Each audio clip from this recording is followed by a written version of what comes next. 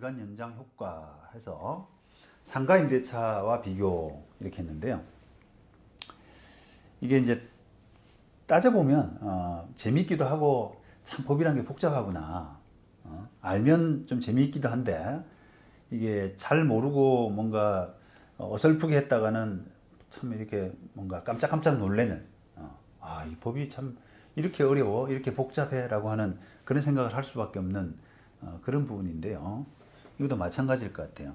이게 주택임대차보법에 이제 갱신요구권은 상가임대차보법에도 있고 또 주택임대차보법에도 있잖아요. 그런데 그 상가임차인이 갱신요구한 경우하고 그 다음에 주택임차인이 갱신요구한 경우하고 기간 연장 효과가 다르다 이 말입니다. 다르다. 자, 보시죠. 법은 지금 주택임대차보법 6조 3에 나와 있어요. 그 법에 보시면은 이제 갱신요구 할 수 있다. 그 다음에 갱신요구권은 1회에 한해서 행사할 수 있다. 그 다음에 이 경우 갱신되는 임대차 존속기간은 2년으로 본다. 이렇게 돼 있고, 그 다음에 해지에 관해서, 임대차 해지에 관해서는 6조 2를 준용한다라고 해서, 바로 언제든지 임차인은 해지할 수 있으면서 해지 통고한 때로부터 3개월 뒤에 효력을 발생하는 이런 부분으로 구조가 되어 있잖아요. 자, 그런데 상가임대차 보시면은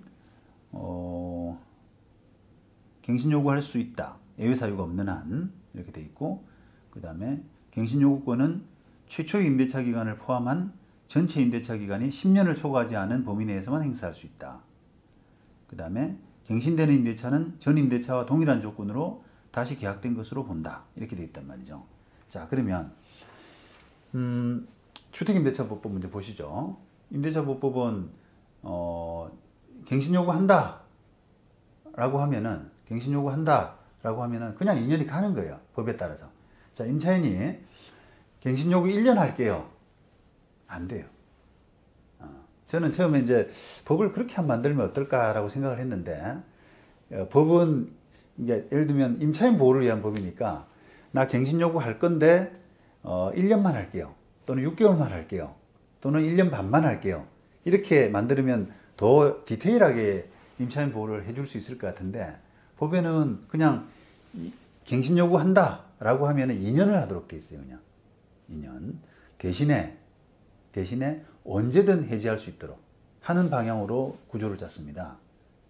그래서 갱신 요구하면 일단 2년 대신에 임차인은 언제든지 해지 통고할 수 있고, 해지 통고하면 3개월 안에 끝내는 이런 구조로 해서 사실상 임차인의 보호 이런 부분은 충분히 이제 그런 방법을 좀 다르게 하더라도 그런 부분은 이제 보호가 되죠. 어떻게 보면은 처음에 이제 갱신 요구를 할 때 내가 1년만 한다, 또 1년 반만 한다라고 하는 것보다는 그 후자 쪽이 임차인 보호에는 더 유리한 것 같아요. 왜냐하면 상황은 변동은 항상 생기잖아요.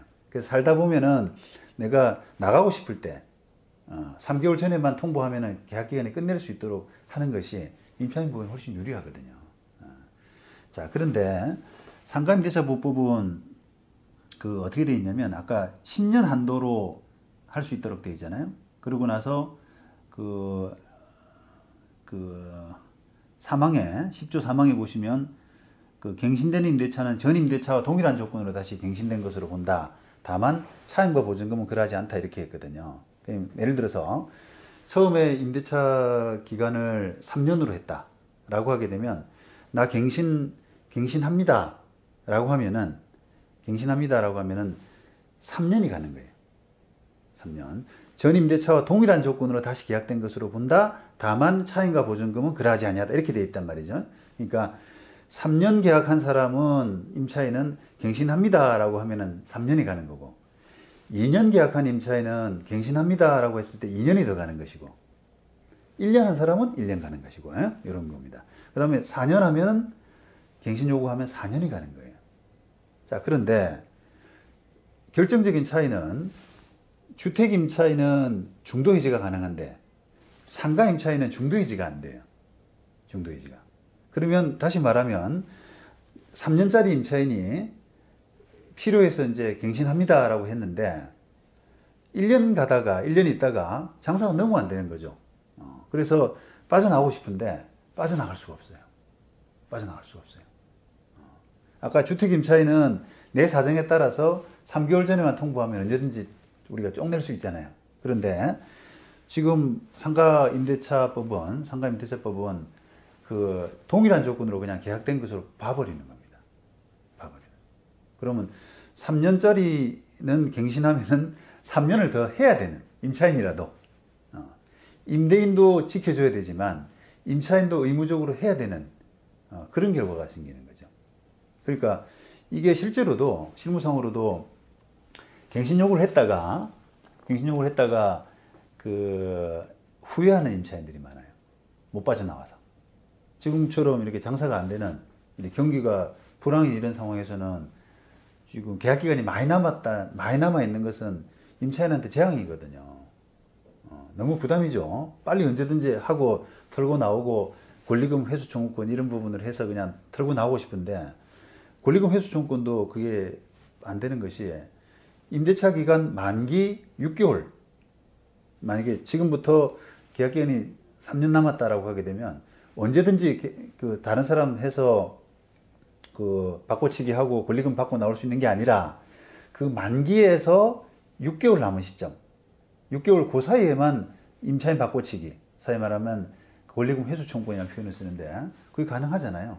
그러니까 그전에는 다른 사람 바꿔놓고 나갈 수도 없고 무조건 계약 기간을 지켜줘야 되는 그런 약간의 뭐 좀 표현이 심합니다만 족쇄가 될 수 있는, 물론 임대인 입장에서는 그게 당연한 거 아니냐, 계약 기간 정해놓고 지가 마음대로 나간다 그러면 그게 법이냐, 이렇게 이야기할 수 있는 부분인데, 어쨌든 주택 임대차하고 비교를 하게 되면은 분명한 차이가 있다는 거예요.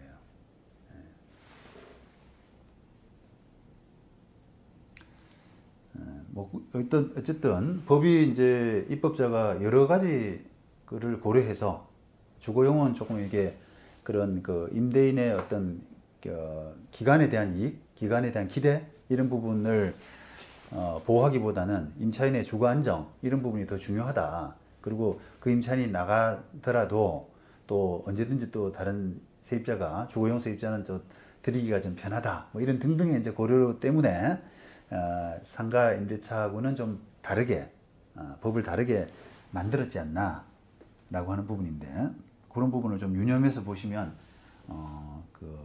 여러분들이 뭔가 이런 법률 관계를 다룰 때 좀 뭐랄까 실수가 좀 적습니다. 이게 그러니까 좀 상가 임차인 같은 경우는 더 어떻게 보면 저 계약갱신 요건에 신중해야 되겠죠. 특히 이제 긴 계약, 1년짜리 계약이야 뭐 갱신한다라고 하면 1년 가기 때문에 그런 면에서 나은데요. 그래서 이제 그런 면에서 보자 그러면은 우리가 상가임대차보호법에서 10년을 최장 보장하고 있잖아요. 그러니까 10년을 보장하고 있으니까 임차인 입장에서는 그냥 상가 임차인 입장에서는 짧게 계약을 하는 것이, 쉽게 생각하면 1년, 1년으로 계약하는 것이 제일 유리하지 않을까 싶어요. 1년 하고 갱신 요구하고 1년 하고 갱신 요구하고 하는 것이 자기가 언제든지 나오고 싶을 때 나오고 하는. 만약에 예전처럼 우리가 기간이 막 보장이 안 돼 가지고 그 임대인한테 시달리고 1년 지나서 뭐 월세 올려달라 그러고 1년 지나서 나가라 그러고 이런 이제 임대인한테 시달리는 이런 상황 때문에 그 좀 이렇게 그런 권리 확보 차원에서 좀 길게 하는 임차인들도 있거든요. 그래서 5년짜리를 이렇게 했는데 벌써 5년 시작하면서부터 그 장사가 안 돼가지고 2년 만에 이렇게 막 적부 나온다든지 그런 경우가 너무 많아요. 지금 뭐 서울 같은 경우도 상권에 뭐 이태원이라든지 뭐 이렇게 안 좋아지는 상권들, 이런 상권들은 그 월세 수천만 원씩 내고 계약 기간이 2, 3년씩 남은 이런 데가 너무너무 많습니다. 그러니까 이제 그런 임차인 입장에서는 계약 기간을 정할 때도, 최초 정할 때도 조금 조심하셔야 되고, 너무 이렇게 장기간이 좋은 게 아니다. 10년이 보장되어 있는 마당이기 때문에 오히려 임차인 입장에서는 단기가 낫지 않느냐. 또 반대로 임대인 입장에서는 좀 장기가 낫지 않느냐. 이렇게 생각을 하고, 또 한편으로 계약 갱신 요구할 때도 또 신중해야 되는. 왜냐하면 계약 갱신 요구해서 중도 해지권이 없기 때문에 그 기간을 고스란히 또 묶여야 되는 그런 부담이 있으니까 임차인 입장에서는 좀 주의가 필요하다라고 하는 겁니다.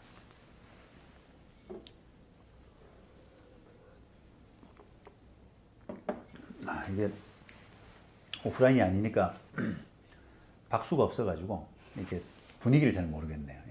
이쯤 되면 딱 박수 한번 하고 하는데 제가 그걸 느낄 수가 없어서 안타깝습니다. 좀. 다음에 오프라인에서 한번 기회가 되면은 박수 소리 좀 이렇게 많이 들려주십시오.